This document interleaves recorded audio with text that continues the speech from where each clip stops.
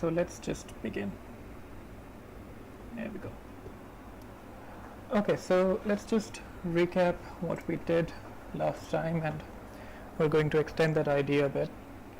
So I was talking about vector spaces, and I touched upon the column space of a matrix, and in this lecture we're going to bring all of those ideas together related to linear systems and see why it is that we need to think about linear systems in terms of these spaces, right? So just a little recap. What was a vector space? A vector space, well, to properly mathematically define a vector space, there's about 8 axioms, 8 rules that need to be fulfilled for it to be a vector space.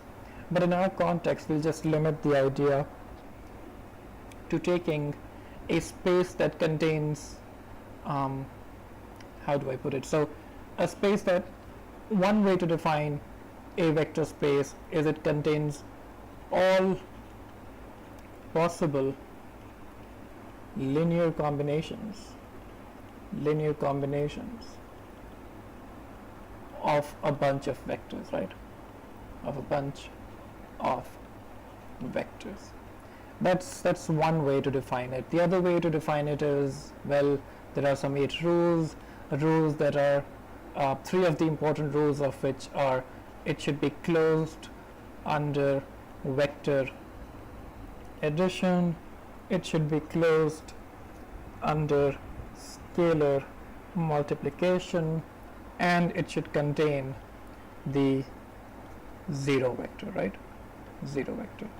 And the way these two are sort of exactly the same sort of idea. So notice that in the second attempt to define a vector space, all of these, if you have these 3 possibilities, then basically you have all linear combinations of a bunch of vectors, right? So for example, if I have a bunch of vectors that make up a vector space, v1, v2 and v3, and if you want to be able to take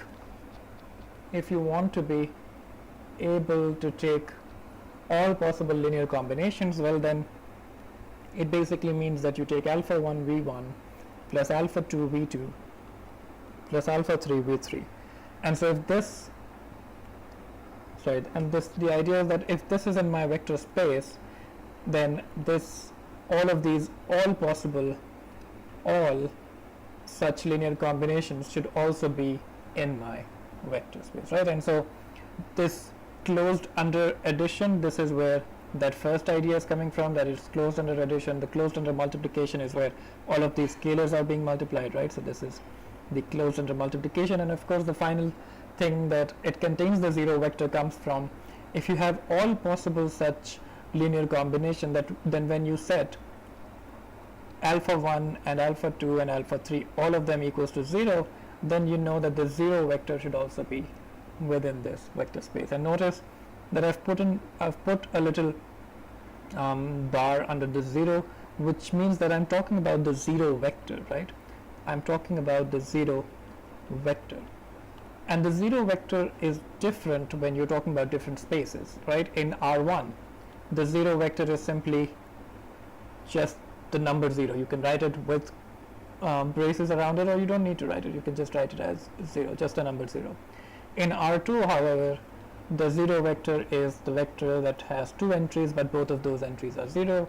In R3, that vector is 0, 0, 0. And in Rn, that is, of course, n zeros, right? So it contains n rows and n entries, and all of them are 0, right? So the 0 vector, so we put a little bar here just to denote that the 0 vector is also part of the space, and it's a vector, right? It's not just the number. Okay, so that's the first idea. And so the first, so one of the spaces that we talked about, and I ended the lecture, I ended the last lecture on this note, which was the column space of A. So let's say if A is a matrix, A is an m by n matrix, right? So we can have different matrices. So let's take some nice examples. 1 0 2 4, that's a 2 by 2 matrix. we can have a rectangular matrix 1, 2, 3, 4, 5, 6, and we can have a rectangular matrix like this. So 1, 2, 2, 2, 4, 8, 2, 4, 6, 8, right? So these are some matrices that we have, and now the question is, what's a column space, right? So let's call this A1, this is A2, and this is A3. So the column space is defined for a matrix A. It is defined as all possible linear combinations of the columns of A, right? And when you define it like that, it's immediately clear that it is a vector space, right?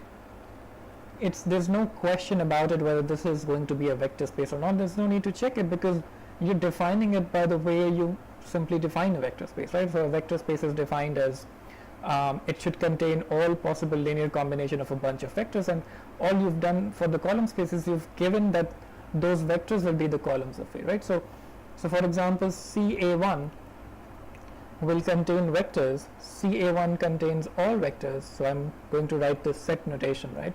It contains all vectors V, let's say, such that V are of the following form. V is a linear combination, so it is alpha 1 times the first column 1, 0 plus alpha 2, and the second column is 2, 4, right? So, and where alpha 1 and alpha 2 are real numbers, right?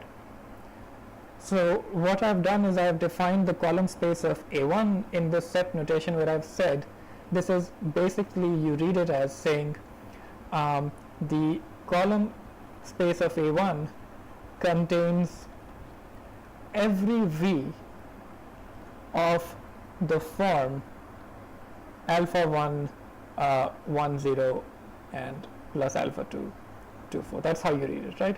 It contains every vector which is of this form, and to define this form I have also specified that these alpha 1s and alpha 2s are coming from the real numbers, right? So it can be any real number.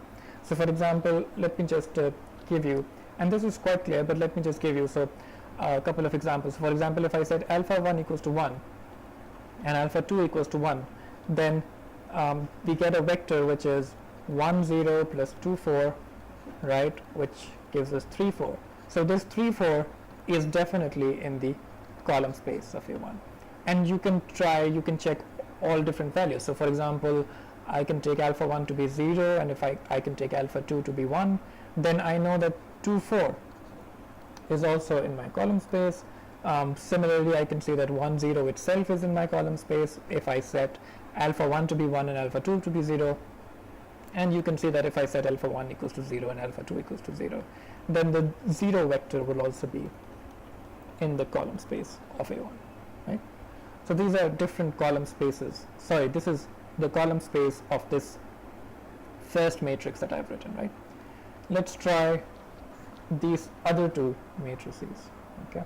So I have this matrix and I have this other matrix. So let me just define the column spaces. So for this one, the column space of A2 will contain every such vector which is of the form alpha 1 times the first column plus alpha 2 times the second column, right?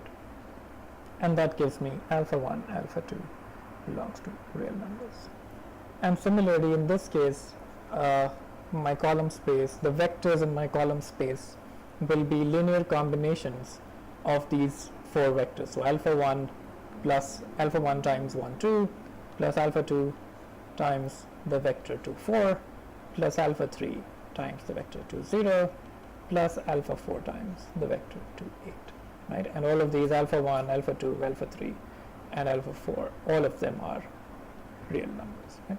So this is just a systematic mathematical way of defining the column space, but it's just a fancy way of writing that it contains every linear combination of these two vectors, right? That's all there is, right? Okay, that's the column space of a matrix. Okay, so that's a pretty straightforward vector space, and it's very easy to check whether it's a vector space or not. let's talk about now a different space, and we're going to call it the null space, right? The null space of a matrix. And so the null space of A, it is defined as solutions, all solutions of AX equals to 0. Okay, and that's a strange way of defining a vector space, and I don't even know that there's right off the bat I can't really say whether this will give me a vector space or not, because I haven't really checked whether the solutions of Ax equals to 0, what kind of solutions will I get, will they be closed under addition, will they be closed under scalar multiplication, right? So first I'm just going to ask the question, is that even a vector space, right? And so I'm not going to check all the 8 properties, but at least I'm going to check the 3 properties that I've written. Sorry about that. And so here's the first thing that I need to check. The first thing that we check is question. Does it contain the 0 vector, right? So that's the first thing that you check when you have a space on your hand, and if you want to check whether this is a vector space or not. So of course now if I'm talking about the solutions of Ax equals to 0, I know that Ax equals to 0 always has a trivial solution, right? No matter what matrix I have, let there be, let's say, an m by n matrix of a11, a12, blah blah blah, a1n, and then a21, a22, dot dot dot dot, a2n, and am1, am2, dot dot dot, amn. I've just defined a general matrix, right? I don't know what the entries are. It's just an m by n matrix, but I know that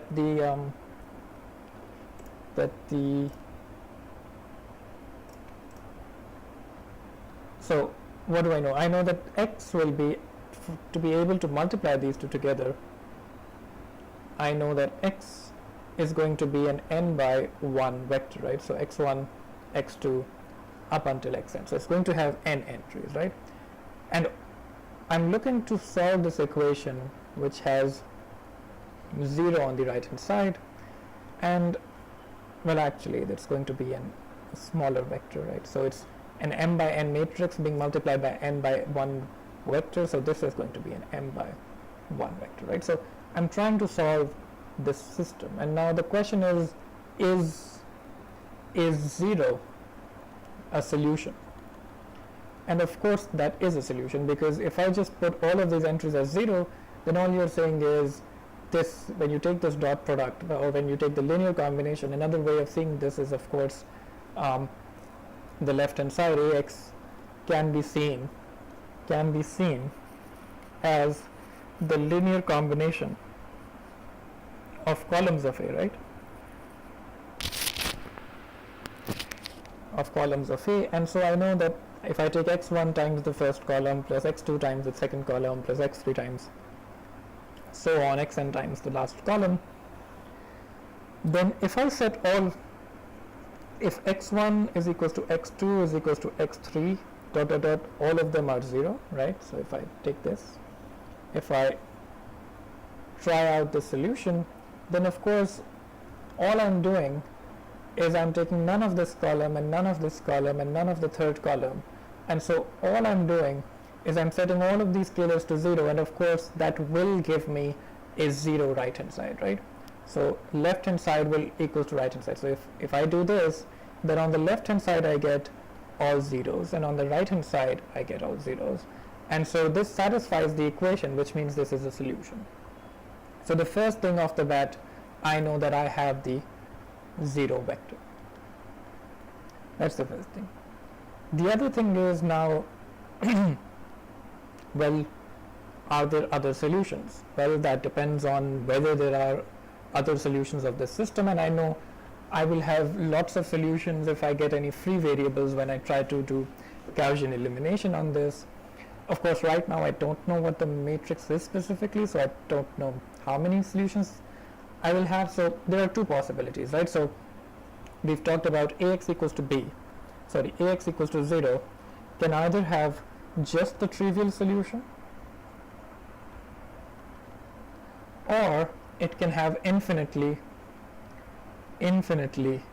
many solutions, right?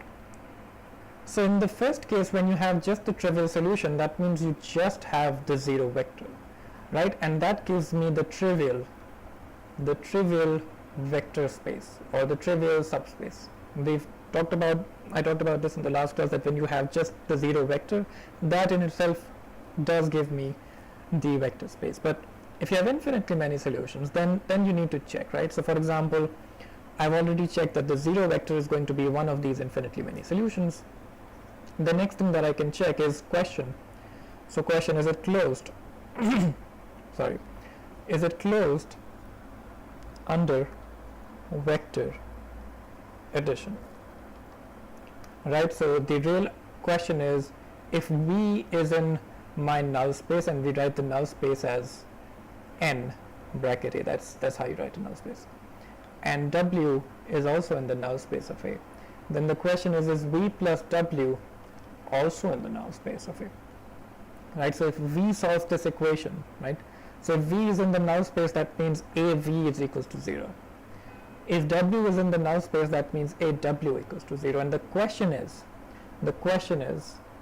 I don't know whether A of V plus W is equals to 0 or not, right? This is a question mark that we need to check. So let's take A times V plus W. This is matrix vector multiplication. I know that matrix vector multiplication is distributive. That means I can write this as AV plus AW. And now I know that since V was in the null space, then this is the 0 vector, right? Plus AW is in the null space, so this gives me the 0 vector, which means since AV was 0 and AW was 0, then this 0 plus 0 vector gives me 0. So A times V plus W is indeed equals to the 0 vector, which means V plus W is also a solution to AX equals to 0, which means this is indeed in the null space. So I've checked that if there are two vectors that are in the null space, when you add them together, that's also going to be in the null space. So I've checked, so I have the 0 vector, I have the closed under addition, and let's just check, is it closed under scalar multiplication, right? So let's say I have some vector in my null space. If it's closed under multiplication, then the question is, if I take some scalar multiple of V, so alpha times V, is this in the null space of A? Question, right? So let's check it out. If it's in the null space, then I can take A times alpha V, right? I want to check whether this is in the null space or not. Let's try to multiply them. And again, this is a number, this is a vector. So this V is a vector, right? And alpha is a number. And again, I know that I can just take this number outside and write this as alpha times AV, and this is just equals to, so this was equals to this, and now this is alpha times A times the vector V is, of course, since V is in the null space, then I know that A times V has to be 0, which means alpha times the 0 vector, and the scalar multiple of a 0 vector is just the 0 vector, which means A times alpha V gives me the 0 vector, which tells me that this any scalar multiple of this vector V will indeed be in the null space. So it's closed under scalar multiplication, it's closed under vector addition. I have the 0 vector, and that's about enough of a confirmation that I need for for me to declare that the null space is indeed going to be a vector space, right? So the null space is a vector space. right? And it's just given by the solutions of Ax equals to 0. Okay. Okay, so this got a little bit abstract, and so let's give it a concrete, let's do a concrete example and get a feel for how we solve these systems, right? So let's take a matrix. So let's do an example here. And so this is my matrix. I have 1, 2, 3, 4. Take ones. These examples I'm taking from one of the lectures of Gilbert Strang. I'm shamelessly going to just copy the example, and we'll just discuss this example in as much detail as possible. So Ax1, x2, x3 is equals to 0, right? And I've written down the system Ax equals to 0 because I wanted to find, so the question really was find the null space of A, right? That was the question. Okay, so let's try to solve this problem.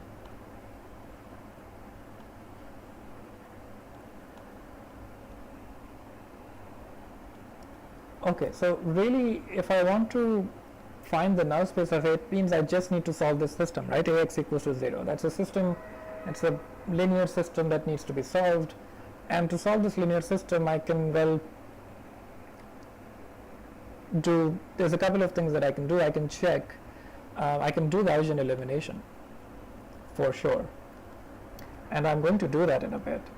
But before that, it's always a nice practice to check whether you can find some easy solutions, right? If there's an easy way to find a solution, then you might be able to do that. So first, rewrite this as, so we're going to just check if we can by inspection. So we're trying to find a solution by inspection. We're going to guess a solution, and the right way to do that is to write this as the linear combination of columns of A. So 1, 2, 3, 4 plus x2 times 1, 1, 1, 1 plus x3 times 2, 3, 4, 5. And notice something. If I add these together, if I just add these two columns together, 1 plus 1 gives me 2. 2 plus 1 gives me 3. 3 plus 1 gives me 4. And 4 plus 1 gives me 5. Which means if I add these two together, they're going to be equal to this column. Which means if I give them a negative sign, or if I give this a negative sign, so for example, if I just take one of this column and one of this column, so when these two get added together, I know I will get exactly this column, right?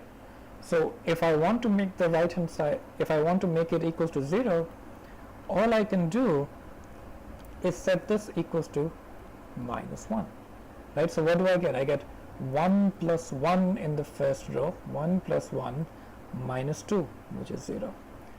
2 plus 1 is 3, minus 3 gives me 0. 3 plus 1 minus 4 gives me 0. 4 plus 1, 5, 5 minus 5 gives me 0. So an easy way to check is to just check whether, check whether two columns added together give you the third column. And that's always, this is of course an easy example, and that might not always happen, but it's nice to know that sometimes you can just avoid having to solve an entire system and just guess one of the solutions, right? So for now I have the idea that x1 equals to 1 and x2 equals to 1 and x3 equals to minus 1. This is one of the solutions that I've found. So 1, 1, minus 1 is a solution, right? Okay, so, and this is of course a non-trivial solution. This is a solution that was not equal to 0. One of the solutions that I should have actually started off by saying this is Ax equals to 0, so one solution is 0, 0, 0. There's Ax equals to 0 always has the trivial solution, so this solution you can immediately just write that. So I've got two solutions now. I've got 1, 1, minus 1, and I've got this 0 solution, but I said that the null space is a vector space, which means it's going to be closed under scalar multiplication as well. So if that means if V is in my null space, then any scalar multiple of V will be in the null space, which means if I take this vector, if I have this in the null space, if I multiply it by anything, so if I multiply this by 2 times 1 minus 1, and I get the vector 2, 2, minus 2, this is also a solution. And you can check that, by the way. I'm going to leave this as an exercise. You can verify. So exercise for you, verify that well, 2, 2, minus 2 is a solution, and what else? I can maybe say if I multiply this vector by minus 1, I get minus 1, minus 1, 1. Or if I just write generally, I can just say C, C, minus C are solutions of Ax equals to 0. And all you need to do to verify this is to just plug these values, x1, 2, x2, 2, x2, minus 2. Just plug this in this and do this matrix vector multiplication, or plug in these values here and add up these columns, and you should be able to get the 0 vector. So that's the solution, and I'm claiming that the null space is basically, so here's my claim, and my claim is that the null space is actually all vectors of the form C times 1, 1, minus 1, where C is a real number. So it's sort of it's, if you want to visualize this, I'm saying to visualize this, if you have a three-dimensional space, of course this has 3 entries, right? So 1, 1, minus 1, you have 1 in the x direction, then 1 in the y direction, and then minus 1 in the z direction. So this vector is sort of going like this. So 1 in the x, 1 in the y, and minus 1 in this. And so if I want all scalar multiples of this vector, then I know the scalar multiples of just a single vector gives me a line. So the null space is basically a line in 3-dimension space, or rather in R3. Okay, so this is just a hand-wavy way to do this, because I just found the solution, and I said that okay, this is all the solutions that I'm going to get. But let's do it of course systematically as well. So how you would compute it for any matrix or any system. If I want to solve the system, I of course need to do Gaussian elimination. Okay, so I do Gaussian elimination. So we do Gaussian elimination. Okay, so we have 1, 2, 3, 4, 1, 1, 1, 1. Oops. And what was the other one? 2, 3, 4, 5. 2, 3, 4, 5. And by the way, you can do 0, 0. You can augment the 0 right hand side over here, but there's really no reason to do this, because any row operations that you do on this augmented right hand side won't change anything. So there's really no need to write the right hand side for this. Okay, I've had an electricity breakdown. Is the stream still working?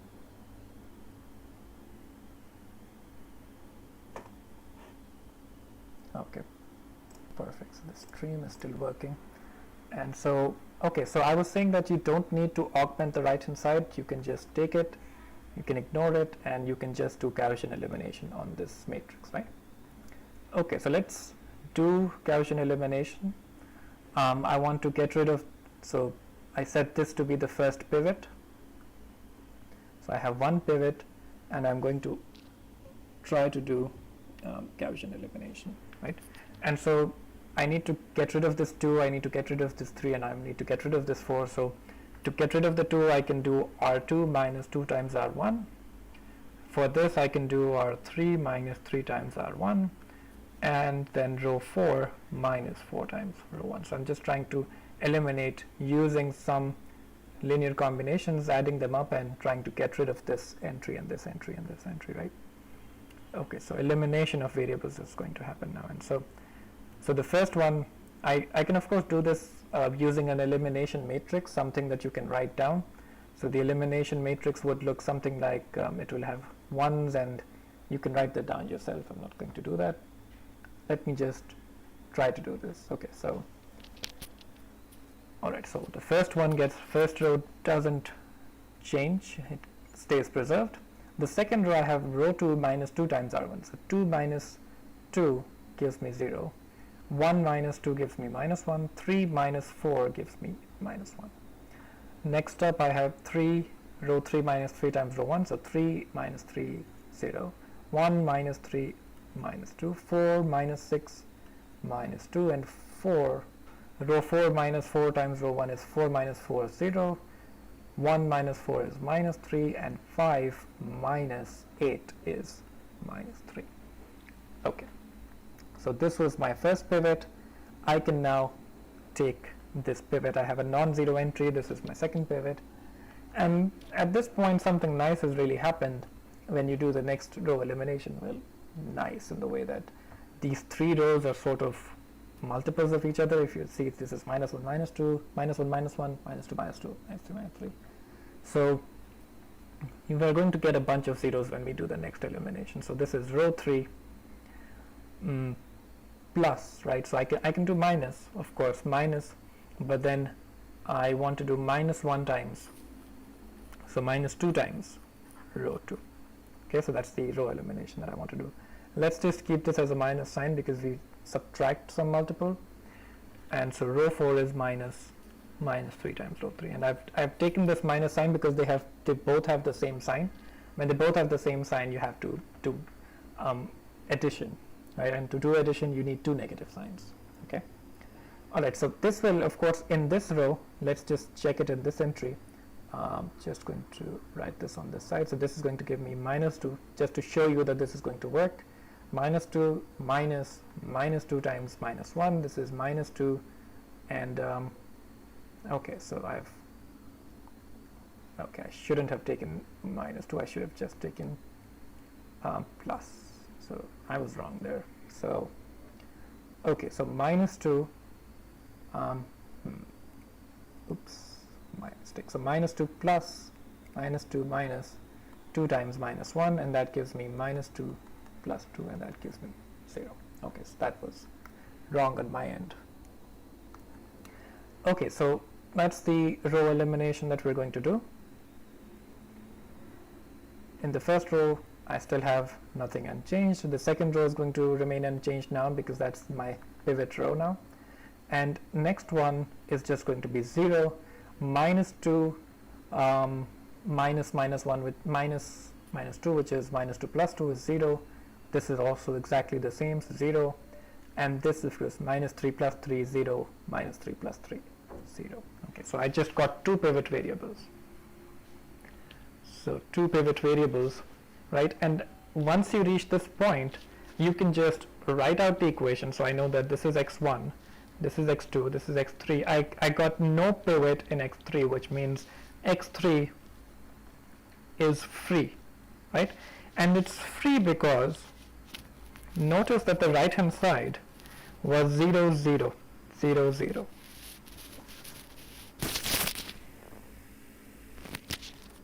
So there is no way that once you get all zeros in any row, there's no way that you're going to get an inconsistent system. You're always going to get a consistent system. You can get an inconsistent system if there was some non-zero entry here, but of course that's not the case. So I can just know for sure that my system is consistent, and I can say that ax equals to 0 will have some solutions, and x3 is actually a free variable, right? And so I can just write down these 2 equations. This equation says x1 plus x2 plus 2x3 is equals to 0.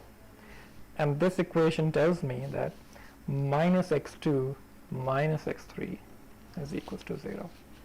So let's try to solve this one first.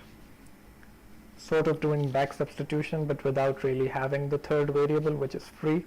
So this tells me that x2 is equals to x3. So whatever value you choose for your free variable, right, that's going to give you a solution. And the second row, the first row tells me that x1 is equals to minus x2 minus 2x3. And over here I can use this, x3 should be minus x3, x2 should be minus x3. Okay, and so in this case I can replace x2 by minus x3, so this gives me minus of minus x3 minus 2x3, which sum it up, so this is x3 minus 2x3, which is minus x3. So x2 is minus x3 and x1 is also minus 3. So if I want the solution x of the system, that's x1, x2, x3, which is actually equals to 1 times, so this is minus x3 minus x3 and x3. And you can really take x3 common here as a scalar and just write this as x3 is minus 1 minus 1, and that's your null space, right? The solution, all solutions, this is all solutions to ax equals to 0. And notice that it's exactly the same. There's only, the difference is only the negative sign, which has crept up because we've solved the system. But the negative sign doesn't matter because you can multiply it with the negative x3 and you can still get the same system, right? So if I define, so I can write this as, so this is the solution that I've gotten, and previously by inspection I was getting this solution. So c times 1, 1 minus 1, which is basically the same as x3 minus 1 minus 1, 1, right? This is exactly the same. You should be able to see that the only difference is there's a negative sign, but since you're taking all real value numbers, you will get the negative signs as well, so it doesn't matter. It's in the same direction, it's in the same line. Another way of visualizing this is defining this line using this vector, but this vector is defining the same line, but by using this vector as its starting point, right? So this is minus 1 and then minus 1 and then 1, so this vector is minus 1 minus 1 1, but because they're just negatives of each other, they're going to define the same line. Okay, so systematically using Gaussian elimination, I found that my solution is indeed just a line. So it's a vector multiplied by any scalar, right? This can be any scalar because x3 was a free variable. Okay, so at this point we've seen the null space and we've seen the column space, and I would just like to ask a question. That we said that the null space is formed by the solutions of Ax equals to 0. We can ask a very natural question here, is that do solutions of Ax equals to b give a vector space, right? And when I say Ax equals b, I mean essentially that b is not the 0 vector. I want to solve this non-homogeneous system, right? This is a non-homogeneous system, is that the right hand side has some constants which are not 0.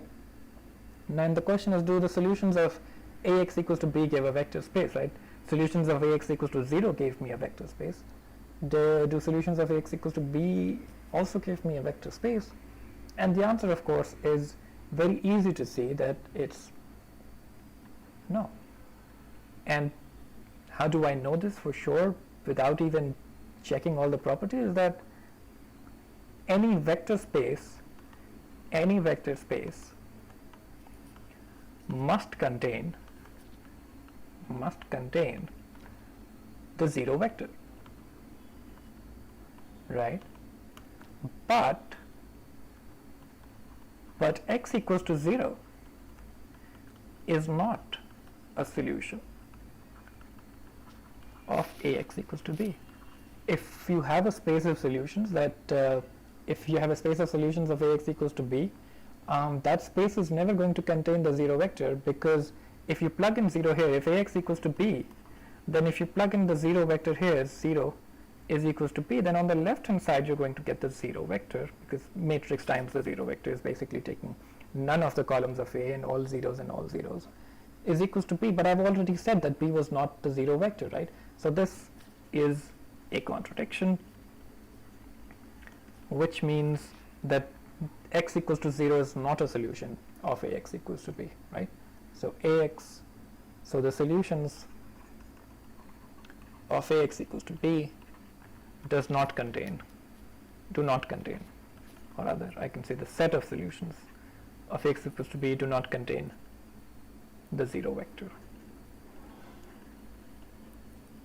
And so it can't be a vector space. So I don't even need to check vector addition or scalar multiplication. Maybe those properties are satisfied, and actually they are. It's closed under solutions of Ax equals to b are closed under vector addition and closed under scalar multiplication. Well, are they closed under? Well, not. No, they're not closed under scalar addition, because sometimes you can move out, I believe. So x1 and x2. For example, if x1 is a solution, x1, if we can check whether they're closed or not. There's no need to really do this, but now that I've opened my mouth and talked about it, let's just check it out, right? So let's say closed under vector addition. So let's say x1 is a solution to Ax equals to b, and x2 is a solution to Ax equals to b, which means Ax1 is going to be equals to b, and Ax2 is equals to b. Now let's check whether x1 plus x2, if I take a times this, will this also give me b? And I can now see that I was wrong. Ax1 plus Ax2 gives me, this is vector b plus this is vector b, but this is now of course 2 times b. So this is not even closed under vector addition. So again, I didn't need to do this. I already knew that the 0 vector is not there, so it can't be a vector space, but this property is also not satisfied.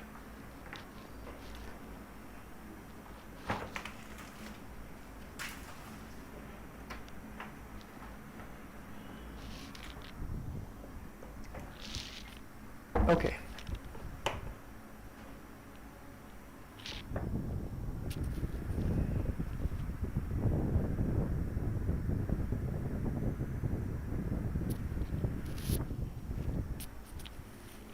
Okay, so what do the solutions to Ax equals to b look like? Okay, right, so let's talk about, so we have, let's say this, let's take this example, right? So we had this nice example.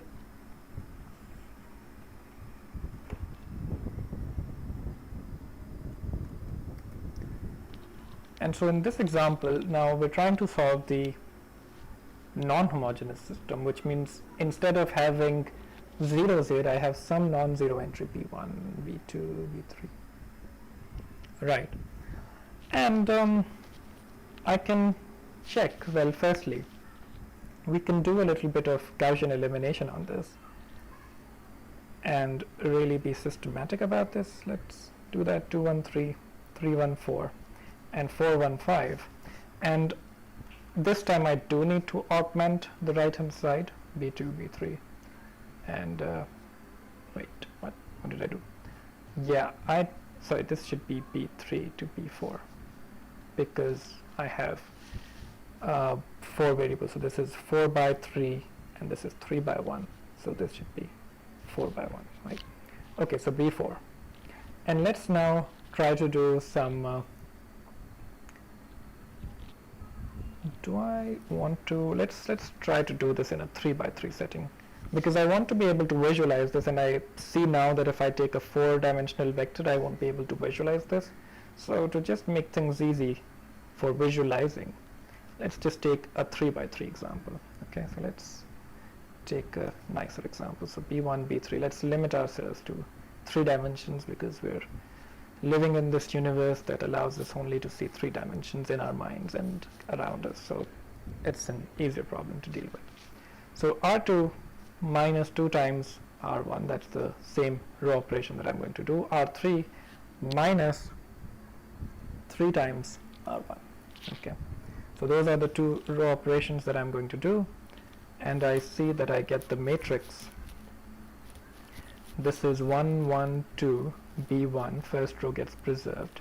Second row 0, 1 minus 2 minus 1, 3 minus 2, 3 minus 4 gives me minus 1, and this gives me B2 minus 2 times B1. Okay, and the second row, the third row actually gives me 0, and I know that this is minus 2 and this is minus 2, but the last row, the last entry is going to be row 3 minus 3 times row 1, so that's actually B3 minus 3 times B1.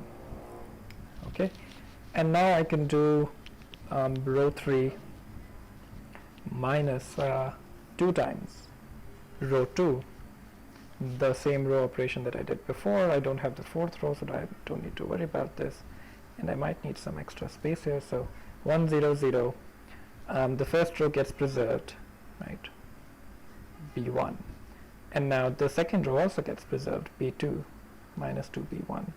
I know when I do this, minus 2 plus 2 gets me 0, minus 2 plus 2 gets me 0. The third entry on the other hand gives me this, so R3 was just B3 minus 3 times B1, and I'm going to now subtract 2 times row 2 from it, and row 2 was this B2 minus 2 times B1. Okay, so that's the third entry, and now notice that I can only solve this. This is telling me that this will only be true if I will only have a solution if 0 is equals to this right hand side that I've just gotten. So B3 minus 3B1, and I can simplify that, maybe minus 3B1 minus 2B2 plus 4B1, so that gives me 0 should be equals to 4B1 minus 3B1, so B1 minus 2B2 plus B3. So it's really telling me that I will only be able to solve this system if I have that property satisfied, that B1 minus 2B2 plus B3. And notice that if you're in a so let's see, this should really give me an idea of what kind of space that I'm going to get, and it's sort of telling me that if my solution, I'll be able to solve the system for when they satisfy this property, right? So B1 minus 2B2 plus B3 equals to 0. So it looks something like, I know that in 3 dimensions, I have this, I can visualize it like this. So there's only 2 possibilities. I know it can't be the whole space, because if I have the whole space, then I will have the 0 vector. I don't have the 0 vector in this space. So the only 2 possibilities is that it can be a line, this space can be a line, or it can be a plane. And in either of those cases, even if it's a line or if it's a plane, both of those things can't pass through the origin. So if it can be a line that does not pass through the origin, or it's a plane that does not pass through the origin. Okay, so that's the idea, and it's going to be, and now I'm going to use some ideas that I've not already introduced. So to really know whether it's a line or a plane, I need some more machinery on my hand. I need some more mathematical machinery on my hand. So we're going to be building that in the next part of this lecture. So I think this is a nice place to stop. We can take a break. Alright, so we stopped at the idea of, we talked about the null space being a vector space, we talked about the column space, and we the question that I really stopped at was is the solution, is the set of solutions of Ax equals to B a vector space? And the answer was no. And then if it's not a vector space, then what does that space look like, right? That's the first thing. What does this set of solutions look like? And what else? Yeah. So how can we find this set of solutions, and what can we say? So what can we say? This is something that I have, I think, twice already said, but I'm going to nail it down one more time. What can we say? What can we say about the solvability of Ax equals B, right? That's the real question. And I've already answered this question in one of the previous, or at least I think two of the previous classes, and the answer that we settled upon was Ax equals to B has a solution, right? And well, maybe unique or maybe infinitely many, right? But Ax equals to B has a solution if, or rather, instead of saying has a solution, saying is solvable if B is in the column space of A, right? Because I can write Ax equals to B as, if I write the left hand side as a linear combination of the columns of A, then I can say that x1 times c1, right? So c1 plus x2 times c2 plus x3 times c3 plus dot dot dot. Let's say it has about n columns, right? So plus xn times cn. So c3, c1, c2. So c1, or rather ci, are columns, or rather ci is the ith column, of A. Okay.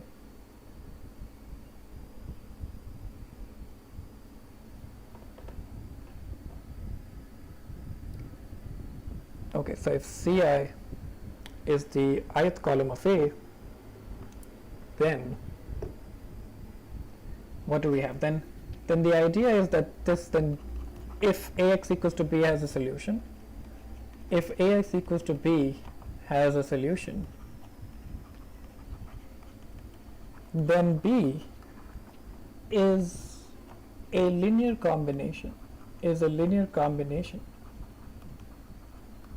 of the columns of A, which is just another way of saying that B is in the column space of A, because the column space of A, if you remember, just contains all possible linear combinations of the columns of A.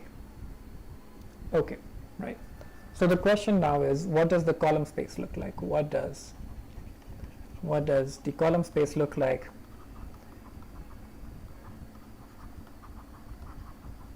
And this we've already answered multiple times. It depends on how many independent, right? How many independent columns you have.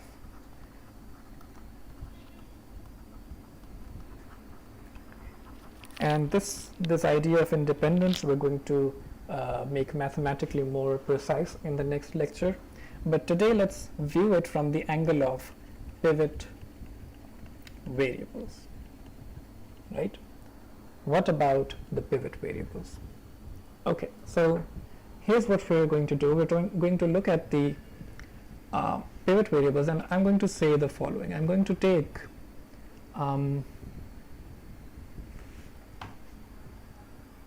so I'm going to take a solution, and I'm going to take a matrix, right? So let's take this matrix. I have 1, 2, 2, 2. This is another example from Professor Gilbert Strang's lectures, I believe, right? Oops. So this is 6, 8, and another 3, 6, 8, 10, 3, 6, 8, 10. Okay, and let's try to solve first the system. So this is matrix A. So this is matrix A. And now let's try to solve the system AX equals to 0, right? So I'm going to do Gaussian elimination again, and we're going to focus on the pivot variables. So 1, 2, 2, 2. Let's do Gaussian elimination. So I do R2.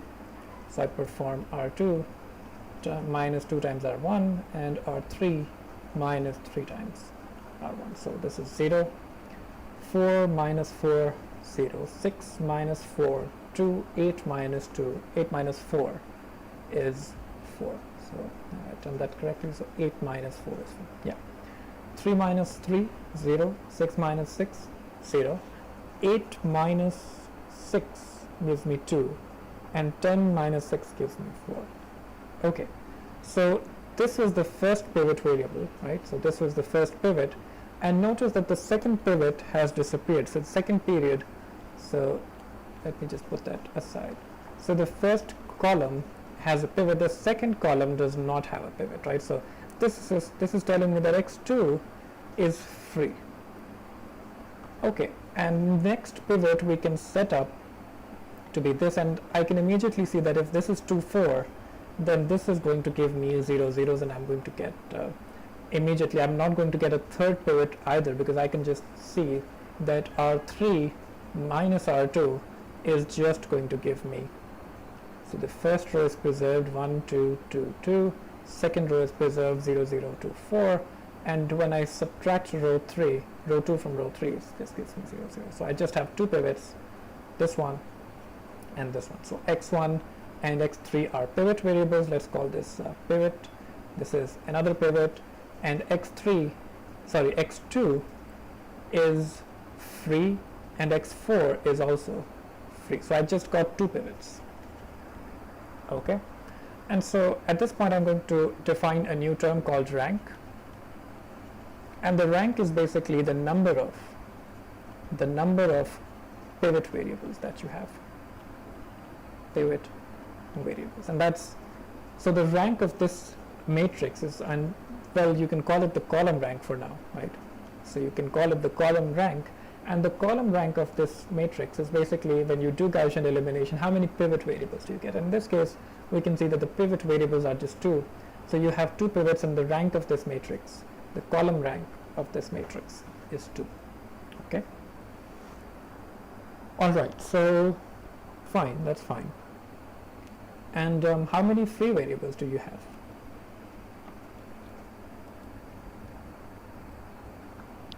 Well, you can see that the free variables are also equal to 2, but now I can look at it from the lens of an m by n matrix. So let's say if I have A equals to an m by n matrix, that means A is going to have n columns, right? And if the rank of A, let's call this rank of A, is equals to R, then I know that the number of, so this is, if the rank of A is R, that is I have R free variables, sorry, R pivot variables, then I can say that the number of free variables is the remaining columns, right? So there are going to be n columns, 1, 2, 3, 4, so in this case n is, this is a 3, A is 3 by 4, this is m, this is n, so n is 4, right? And so if my R is equals to 2, then the number of free variables is n minus R, right? So for in this case, let's just write this down precisely, is that the rank is R, which is equals to 2, and the number of free variables is equals to n minus R, which is basically 4 minus 2, which is 2. That is, 2 columns have pivots, 2 columns did not have pivots. So that's the number of free variables that I have. Okay, that's fine. Why am I talking about the rank? Okay, so now that you have the rank, you can of course solve this system, right? So I can solve the system. I can find the null space of A, right? Let's try to find the null space of A. And the null space of A is basically, so I take this solution, right? So I take this matrix, and I can just rewrite the equations and just solve this system completely, right? So let's do that. Let's take this and let's see what this matrix is telling me about the solutions to the system Ax equals to 0. So let's look at the second row. The second row is telling me that 2x3 plus 4x4 is equals to 0, right? So this I'm multiplying with x1, x2, x3, x4 because this is a 3 by 4 matrix. So now I know that x4 is free, right? So x2 was free and x4 was free, which means that I can write x3 in terms of minus 4 x4 divided by 2. So I can basically say that the x3 variable is minus 2 times x4. Okay, that's one thing that I do. Another thing that I can do is I can take the first equation. So I take the first equation, x1 is equals to, so x1 plus 2x2 plus 2x3. So I'm just reading off the coefficients from this row.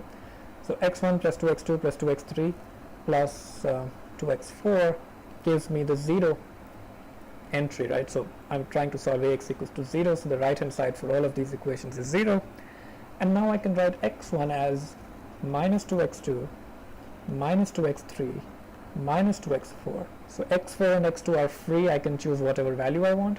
And x3 also, I found that x3 has the value minus 2x4. So I can just write that as minus 2x2 minus 2 times minus 2x4 minus 2x4. And that gives me minus 2x2 minus 4x4 minus 2x4. So minus minus plus rather. And x1 is then minus 2x2 plus 4x, sorry, plus 2x4. Okay.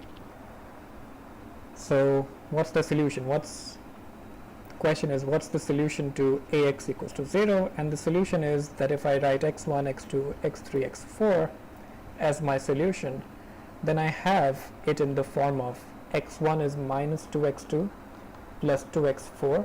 x2 is free, so I just write it as x2. x4 is free, so I'm just going to align these. So x2 under x2. x4 is free, so I just write it as x4. And finally, x3 was minus 2x4. So minus 2x4. Okay. And why have I written it in these? So I've again tried to align the columns, right? And you can see that I can basically write this. This is just a vector, by the way. This is not 8. This is just 4 by 1. And these entries are just numbers. So minus 2x2 plus 2x4 is a number, right? But I can separate this vector into two vectors, into the sum of two vectors by writing this as separating the x2 variables. So minus 2x2, x2, 0, 0. And the sum of the second one, which is 2x4, 0, minus 2x4 and x4. And the reason I did that is just to write it as a linear combination again. So I take x2 common, I get minus 2, 1, 0, 0 plus 1 plus 2, 0, minus 2, 1. Okay, and that's the, so, and of course you have a scalar here, x4. So now you can see that this is basically telling me that the null space of A, so the null space of A is basically formed by the linear combination, the linear combinations of minus 2, 1, 0, 0 and 2, 0, minus 2, 1. Okay. All right.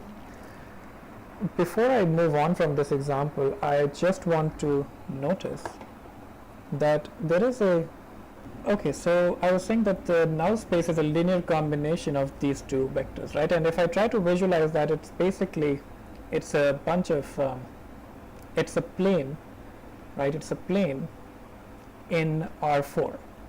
Why do I say it's a plane? I say it's a plane because it is made up of two vectors, and I know that if I combine two vectors in whatever direction, if I have a linear combination of two vectors, then it's going to be giving me a two-dimensional plane. So it's, I can also say it's a two-dimensional plane, and I say that it's in R4 because each vector has 4 entries. So instead of having just 3 directions that are perpendicular, I have some 4th direction also, right? And I can't even draw it in this space.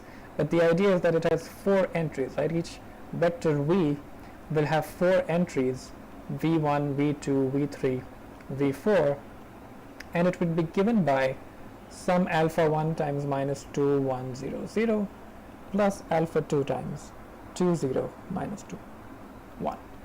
Okay? And I'm going to take this example one step further, and I'm going to say, okay, I stopped at this point, but let's just do something that I called Gauss-Jordan elimination, which was basically taking it into row-reduced echelon form, and I'm going to see what that gets me, right? So this is oops, there was no reason to do that. Okay, now here's what I'm going to do. We know that to do Gaussian elimination, Gauss-Jordan elimination, I need to do 2 things. The first thing that I need to do is make all the pivots, make pivots equals to 1. This pivot is already 1. To make this pivot 1, I just need to divide this row by 2. So I do that, I get 1, 2, 2, and I'm doing R2 multiplied by 1 upon 2, which gives me 0, 0, 1, 2, 0, 0, 0, 0. And now I'm going to try to eliminate this one. So any element, all. So now there's no way for me to delete this entry. There's no way for me to, add some row 2 or sum of row 4 to this to delete this. But there is a way for me to delete this entry at least. So now here's what the modified algorithm will be at this point, which is to delete all non-pivot entries, delete, or rather eliminate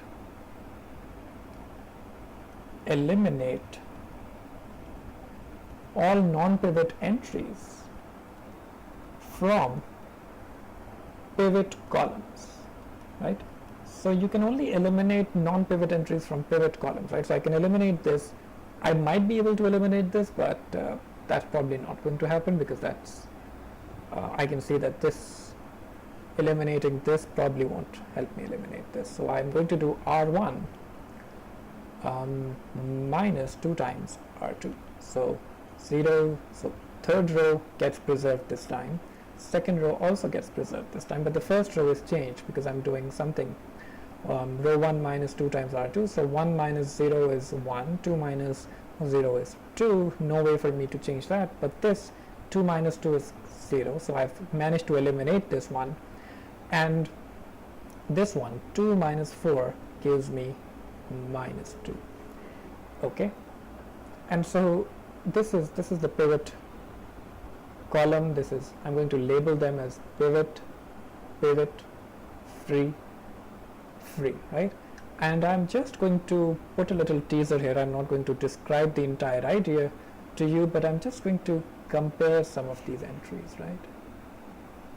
Okay, so I'm going to put, there's a connection here, there's a pattern here that you need to see, which I'm not going to show you completely, right?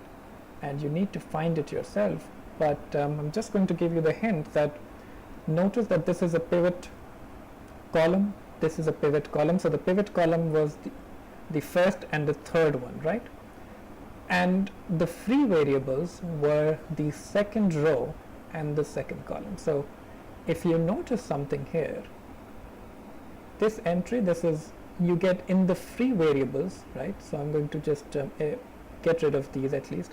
So in the free variables, this is free and this was free, right? So this was column 2 was free and column 4 was free. So in these ones I have 1 0 0 1, and you can notice that you have 1 0 0 1 here, and in the pivot ones that you had, you're getting an entry over here which was 2 0 minus 2 2. So if I look at this as if this one and this one, right, if I change, so this, focus on this and this one and just change the sign of this. So if you change the sign of this, this becomes minus 2 0, which exists here, minus 2 0, and if you change the sign of this, that's 2 minus 2, which exists right about here.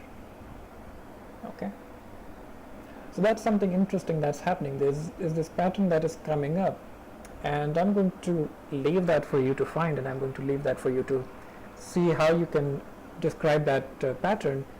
And the idea is described in the book. You can check it out, and it's a pretty neat idea to describe all the solutions. But I'm going to move on at this point because I need to talk about something else. So I need to talk about Ax equals to b. Right? Now the question is, what are the solutions to Ax equals b? Okay, so let's take this one, and is this, which example were we doing? We're doing this one, right? Okay, so blah, let's take this one, and now this is a, and I want to solve Ax equals to b.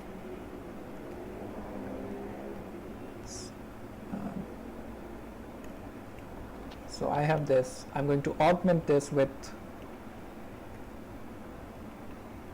b1, b2, b3, right?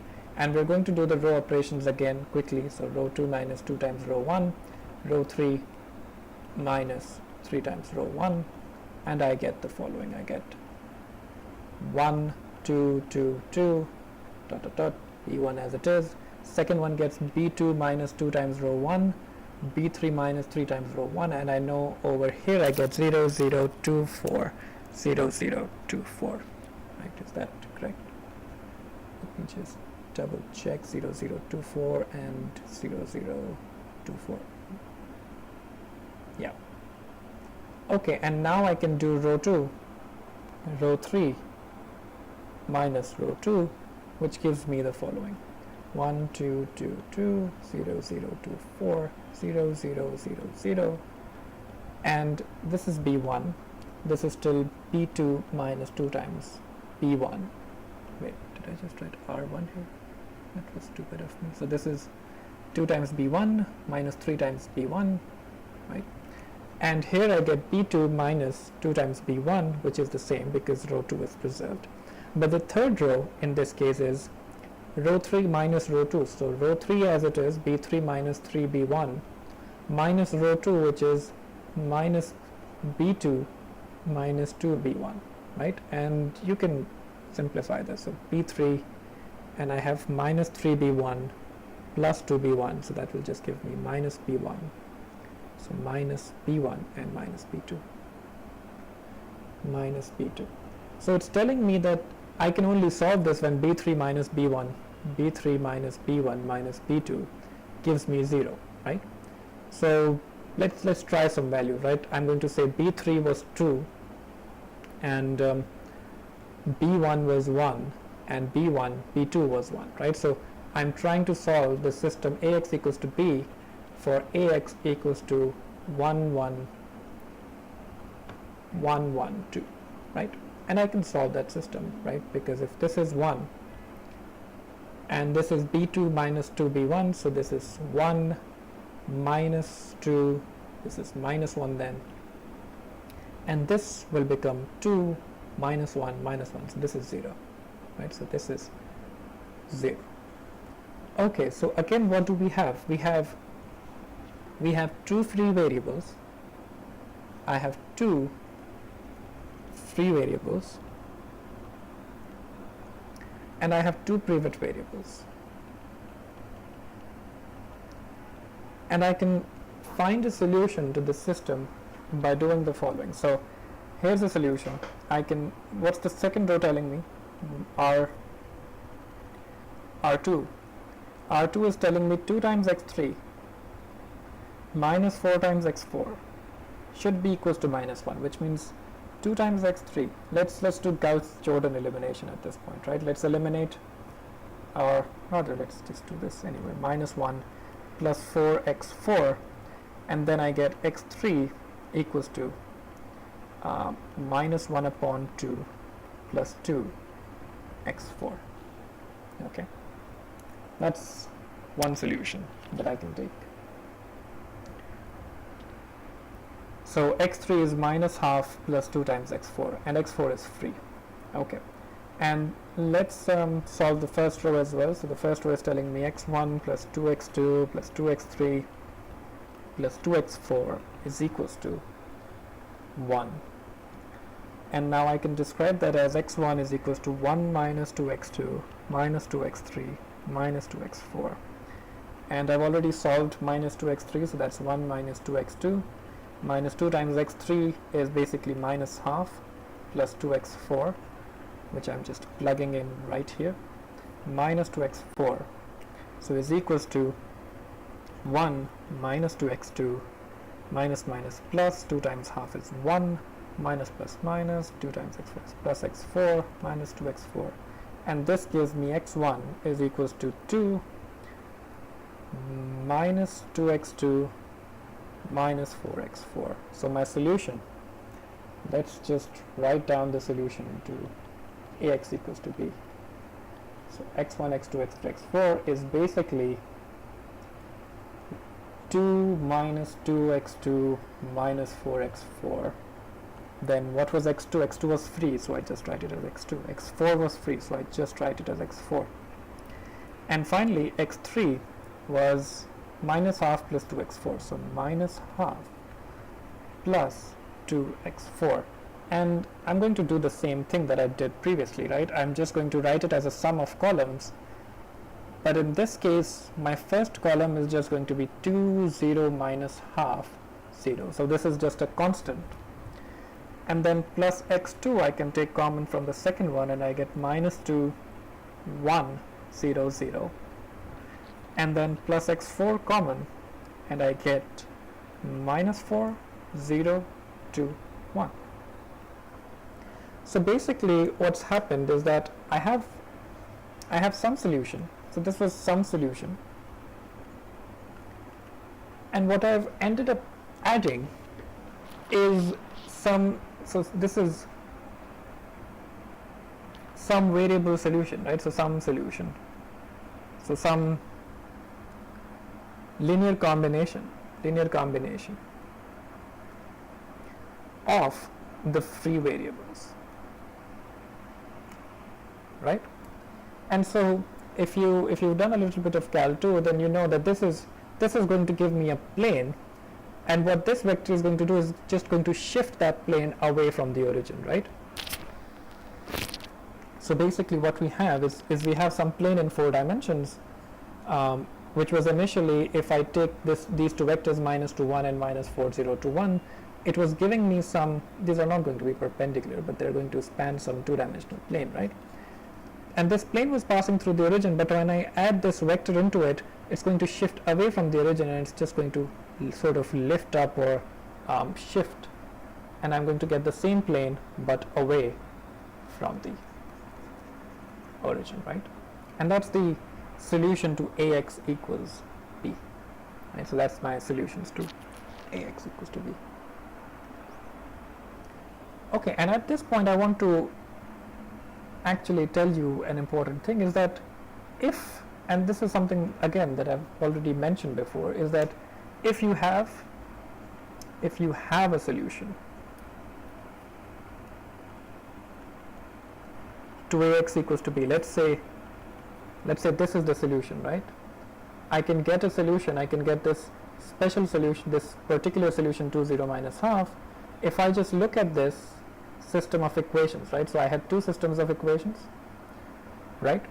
And I just set, in this case, I just set x4 to be 0 and set set free variables equals to 0. So x4 is 0 and x2 is 0. And what does that give me? That gives me let me just write that in the next page. So I'm going to call this a particular solution, x particular, and I get this solution by setting the free variables equals to 0. So x4 is 0 and x2 is 0. And what does that give me? That gives me the solution 2x3. So 2x3 minus 4x, was it minus, was it plus? So hold on, this was plus. Oops, that's the mistake that I've made. So this was minus, and then this was minus 2, and then this was minus, and then minus 2, this is plus, and this was plus, right, plus. So this was plus 4x4 minus 2x4. So what was I really doing? I made a terrible mistake here. I'm sorry about this computational error. So this was just 2, and yeah, sorry about that. This was just 2, and this was 2, 2, 0, 2, 1, and actually there's no need to even talk about, yeah, so here's the solution. So 2x3 plus 4x4 equals to minus 1, right? That was the equation, and if I set x4 equals to 0, then I just get 2x3 equals to minus 1 and x3 equals to minus half. And finally, in this equation, in the second equation that I have, where is it? Here it is, right? In this equation, if I set x4 is 0, x2 is 0, and I know the value of x1, x3, so let's just copy this equation.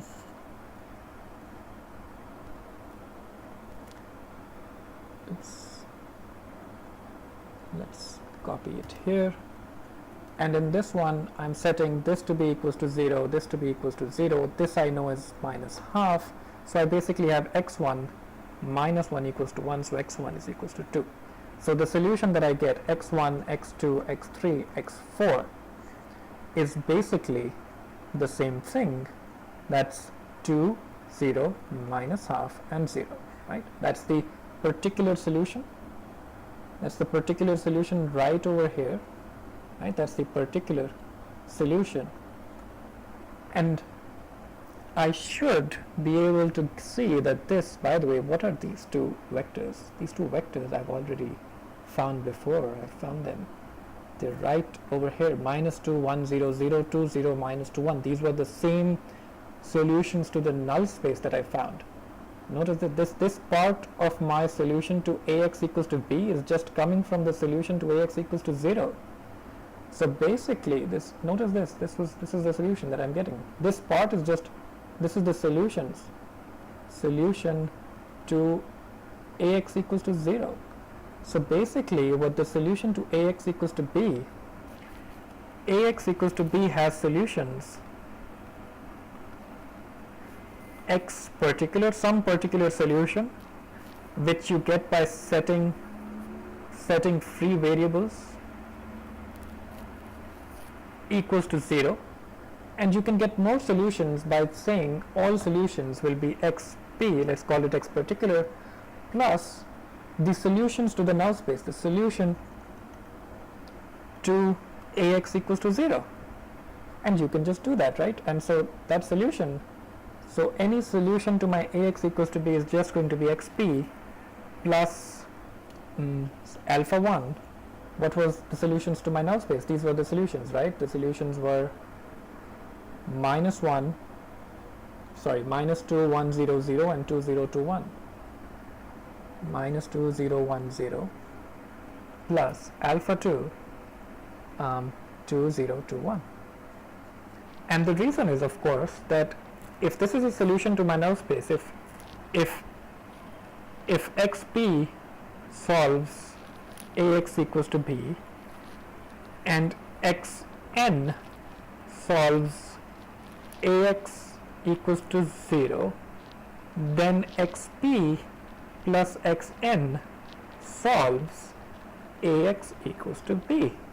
And the reason is, and I think I've shown you this before, the reason is if I take xp plus xn, and if I multiply this by a, I get axp plus a times xn, and now you get just axp was a solution to b, right? Ax equals to b, so this is b, plus xn was the solution to ax equals to 0, so axn is 0, so this is just 0. So I get more solutions by adding the solutions to the null space to the particular solution. Okay. All right. This I'm going to stop here. Even though I wanted to talk a bit more about the rank, but I think we can stop here. In the next class, we'll talk about rank and independence and linear combination. But I think I've talked so much about these null spaces and column spaces, and even before I've given you a lot of background, a lot of intuition about thinking about the null space, and the solution to ax equals to b is that you should now at this point be really able to talk about, I think you should be able to nail down what ax equals to 0 and ax equals to b, how are they connected, right? You should be able to see these connections. Not going to draw a right arrow because that's a sign, right? But what is this connection here? Okay, that's it. I'm done. See you in the next class, which is on Wednesday. Have a good day.